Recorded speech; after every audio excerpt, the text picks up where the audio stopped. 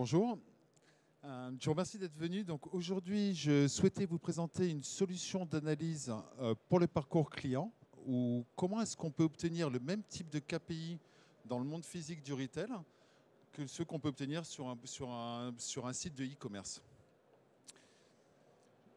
Donc, je m'appelle Laurent Méoni, je suis VP Technis Retail pour Technis. Donc, Technis, c'est une société, une solution d'analyse de flux. Et là, je vais vous présenter une brique d'analyse spécifique pour le retail. Juste pour nous situer, donc nous sommes une société suisse avec des bureaux en Europe. Pardon. Nous avons un bureau à Paris et un bureau aux États-Unis. La problématique que l'on rencontre actuellement dans le retail, c'est le déséquilibre qu'on peut avoir entre e-commerce et retail physique. Retail physique reste une boîte noire. On sait globalement ce qu'il y rentre, on sait ce qu'il en sort, mais on ne sait pas ce qui se passe à l'intérieur. Il y a un véritable déséquilibre par rapport à ce qu'on peut obtenir en e-commerce, où on a des funnels de visite, des funnels de conversion, des données beaucoup plus qualifiées qui nous permettent beaucoup mieux optimiser notre gestion. On se retrouve aussi dans une situation en tant que retailer au monde d'aujourd'hui où les usages évoluent extrêmement rapidement. On a des clients qui sont de moins en moins patients. On a des nouvelles générations qui arrivent. Et comment adresser ce type de client à l'heure d'aujourd'hui? Donc, les stratégies retail sont en train d'évoluer. Et pour ce faire, l'expérience ne suffit plus. On doit s'appuyer sur la data qualifiée et qui nous permet vraiment de benchmarker vos opérations. Comment est-ce qu'on obtient une donnée qui reflète la réalité? Parce que c'est bien beau d'acquérir de la donnée, mais si elle ne reflète pas vos opérations, vous aurez toujours la problématique, dans le cadre de l'implémentation de ces nouveaux indicateurs, d'obtenir un aval des équipes, puisqu'ils vont trouver que la data ne reflète pas la réalité de leurs opérations. Et donc, on va travailler là-dessus sur la collecte. On va utiliser des capteurs, typiquement tout ce qui est capteur, de la donnée externe, de la donnée client. On va analyser cette donnée pour créer des indicateurs, des KPI, des indicateurs opérationnels. Et finalement, on va piloter votre point de vente avec des KPI qu'on aura sélectionnés ensemble qui reflèteront votre réalité retail et votre stratégie. Il y a un point qui est important, c'est le RGPD. Le but n'est pas de vous donner une solution qui soit une bombe à retardement demain parce qu'elle sera en breach sur la RGPD ou sur des problématiques de confidentialité. Vous adressez des marchés internationaux souvent avec des problématiques RGPD différentes. Donc, en termes d'acquisition de données, nous, ce qu'on utilise, ce sont des capteurs qui font du traitement local. Ça veut dire qu'on n'a pas de flux vidéo live de ce qui se passe sur le point de vente, ce qui signifie qu'on n'est pas assujetti à une déclaration en vidéosurveillance d'autorisation parce qu'on ne va pas filmer les gens. On va juste regarder, comme pourrait le faire un cookie sur un site web, d'une manière anonyme, ce que font les gens. Donc, on s'intéresse au groupe de personnes. On ne suit jamais une personne seule, mais on va s'intéresser à un ensemble de comportements. Évidemment, il n'y a pas de données à caractère personnel et on ne peut pas les remonter. Donc, ça veut dire qu'on ne peut pas remonter une orientation quelconque, qu'elle soit religieuse ou politique. Et le but étant justement de rester sur vraiment une solution complètement anonyme. Comme je disais, il n'y a pas de nécessité d'obtenir des autorisations sur ce type de produit parce que la CNIL a validé que c'était des solutions d'analyse globale et non personnelles. Lorsqu'on acquiert de la donnée sur les capteurs, quelle que soit la source que l'on acquiert, on n'a jamais une donnée à 100%. Donc il est extrêmement important de pouvoir la requalifier derrière. C'est-à-dire que la donnée va tomber typiquement sur un data lake, on va avoir des pushes qui vont être faits par nos capteurs. Cette donnée va être qualifiée, elle va être renettoyée, non pas parce qu'elle ne reflète pas la réalité, mais plus parce qu'elle va créer une problématique quand on a des faux positifs. Les systèmes à 100% n'existant pas, on est obligé de pallier le quelques pourcents qu'on va avoir de tolérance, de manière à avoir une data qui reflète vraiment la réalité. Et c'est là où il y a un gros travail d'IA et de data science pour pouvoir qualifier cette donnée. Et à partir de là, on pourrait obtenir des KPI métiers. Voilà. Excusez-moi. Il va falloir qu'on croise ces données avec de nouveaux indicateurs, avec d'autres systèmes qui vont arriver, de manière à construire des KPI qui vont pouvoir vraiment modéliser vos opérations, vos points de vente, ce qui est important pour vous. Il il y a toujours une phase de définition. On va définir les choses qui sont importantes sur l'expérience client ou sur l'optimisation du point de vente ou sur la gestion. Généralement, le premier KPI qui est intéressant, qui est assez classique entre guillemets, ça va être la fréquentation de vos points de vente. Combien de visiteurs viennent, à quel moment, qui sont-ils?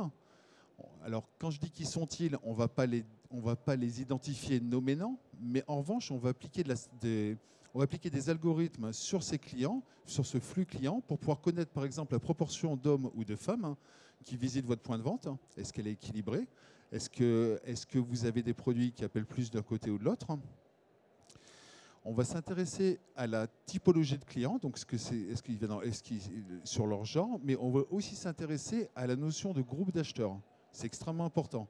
Vous n'avez pas le même parcours client sur une personne qui vient seule sur votre point de vente par rapport à une personne qui vit en famille ou en couple. On va, à partir de là, pouvoir sortir des KPI assez classiques que vous connaissez tous, le 1 pour 1 en faisant du croisement avec vos tickets de caisse.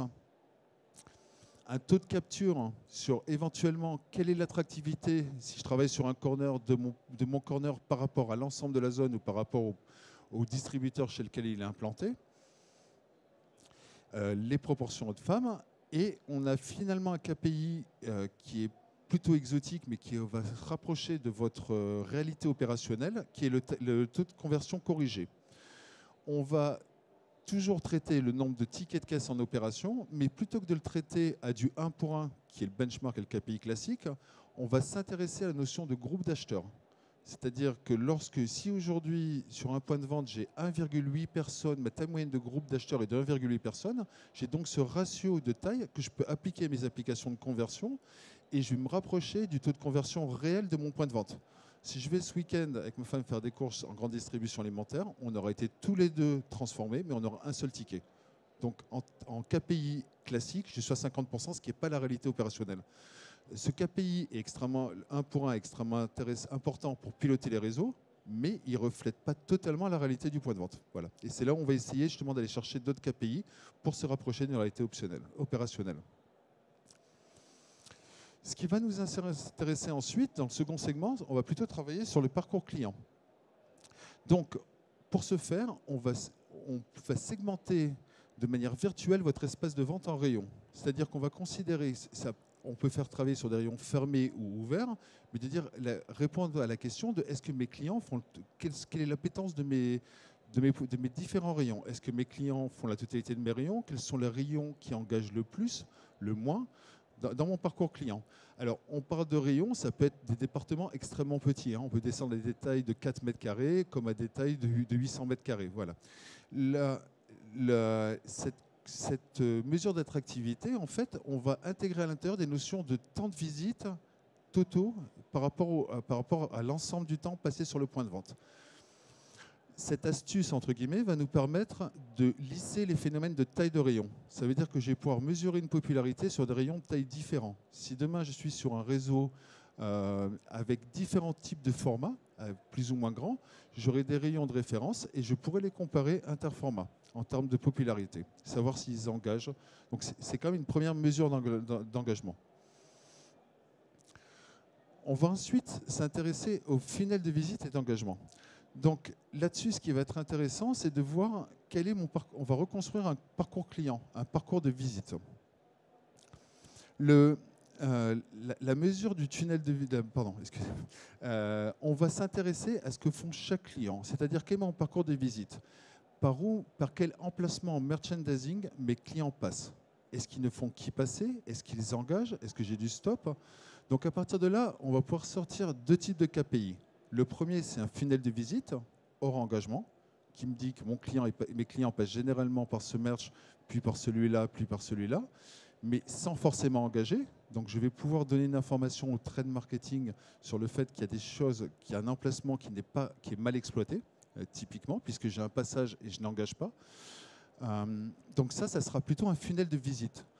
On va faire la même chose sur un funnel d'engagement. C'est-à-dire que de la même façon, en appliquant des filtres de data, c'est-à-dire en disant, typiquement, écoutez, une personne qui passe devant mon merch moins de 8 secondes, elle n'a pas regardé mon produit. Elle est juste passée. Voilà. Donc, je vais aller chercher là-dessus une mesure d'engagement en disant, un client qui reste, par exemple, entre moins de 8 secondes et moins de 3 minutes, enfin, pardon, plus de 8 secondes et moins de 3 minutes, c'est un engagement pour moi qualifié. C'est un client qui s'intéresse. Au-delà de 3 minutes, je deviens sur un engagement anormal. La personne est au téléphone, enfin voilà, on n'est plus sur un acte shopping. Donc, par ces mesures de finale de visite et d'engagement, on peut reconstruire complètement le parcours client, que ce soit sur un corner, c'est souvent l'application de ce type de mesures, donc sur des espaces de jusqu'à 120 mètres carrés, où en fait on va mesurer le parcours client, le parcours des visites. L'autre partie de cette mesure-là, c'est que ça nous permet en fait de qualifier le merch. C'est-à-dire que comme on mesure au merch, on va faire une correspondance produit. Donc je vais obtenir un ROI merch. Je vais savoir si mon mobilier merch engage et est valorisé. Et je vais avoir une correspondance produit. Ce qui va nous permettre de consolider derrière sur une famille de produits via un outil de planogramme qui permet de spécifier les expositions de produits. Permettre de remonter un engagement client qui après peut être envoyé sur des outils de business intelligence pour faire une réconciliation en 360 avec des outils d'analyse de marché. L'autre avantage de ce type de choses, c'est que ça permet de faire de l'A/B testing de manière quantifiée. Ça veut dire que c'est plus de l'expérience en disant cet emplacement merch, je sais qu'il est bon et je sais qu'il engage. Non, là on va le mesurer, on va le quantifier. Et on va même pouvoir appliquer des filtres homme-femme, c'est-à-dire qu'on peut reconstruire à partir de là un parcours client-femme sur un espace on va prendre un corner d'électronique grand public, type téléphonie. On va se connaître le parcours client-homme, le parcours client-femme, de manière à pouvoir optimiser notre merchandising et notre placement produit. Les formats sur lesquels on utilise ça, c'est effectivement, comme je disais, le grand public, mais ça va être aussi des formats luxe sur le parcours client en engagement sur le merch. La grande distribution spécialisée et aussi cette solution apporte beaucoup de valeur sur la grande distribution spécialisée parce qu'on va pouvoir traquer le long d'un parcours client ou d'une allée centrale, d'une part qu'on appelle ça l'engagement sur toutes les têtes de gondole, mais on va pouvoir aussi analyser les entrées sur les rayons.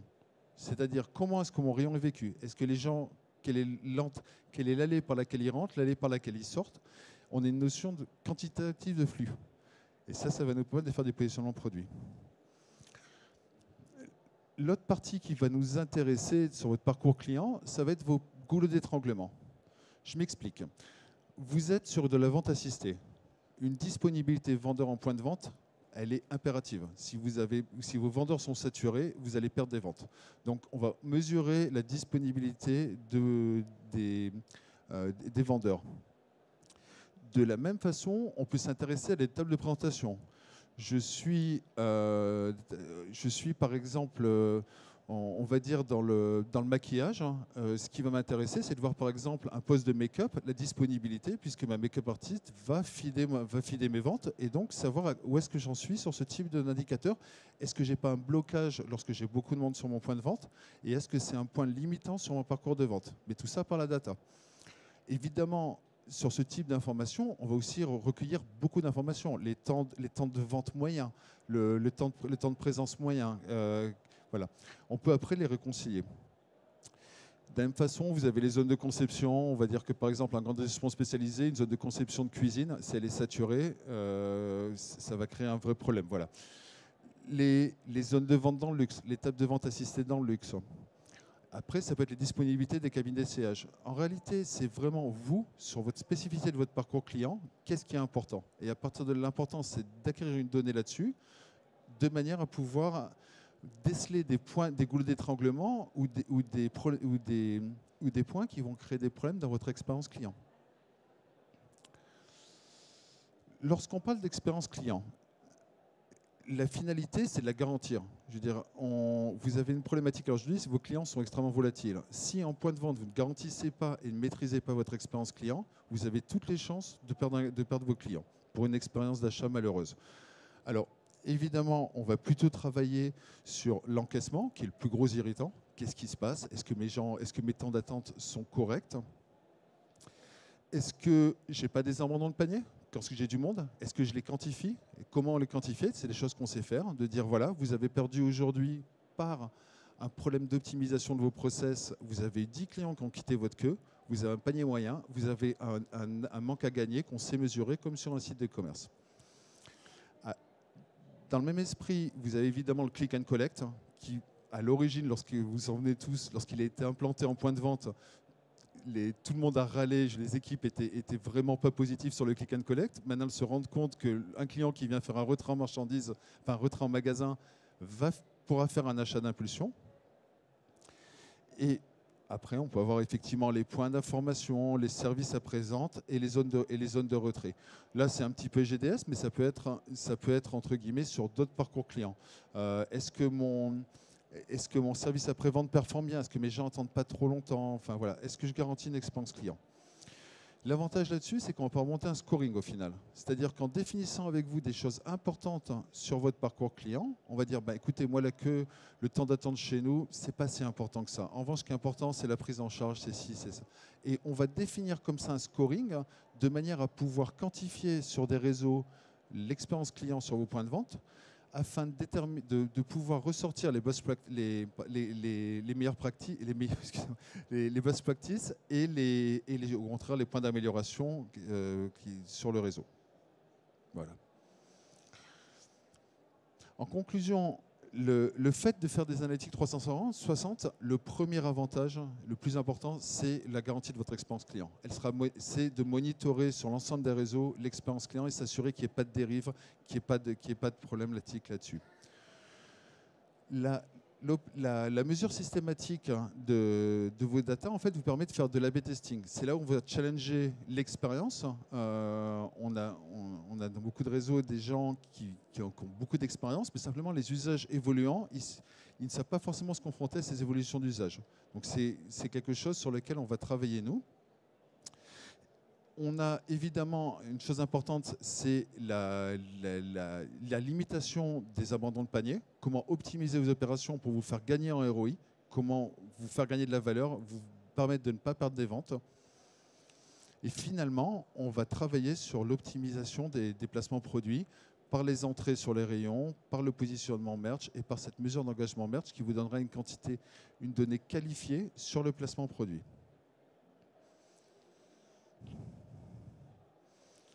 Voilà, donc ça c'est notre outil d'analyse. Voilà. Je me tiens à votre disposition pour vous répondre à vos questions.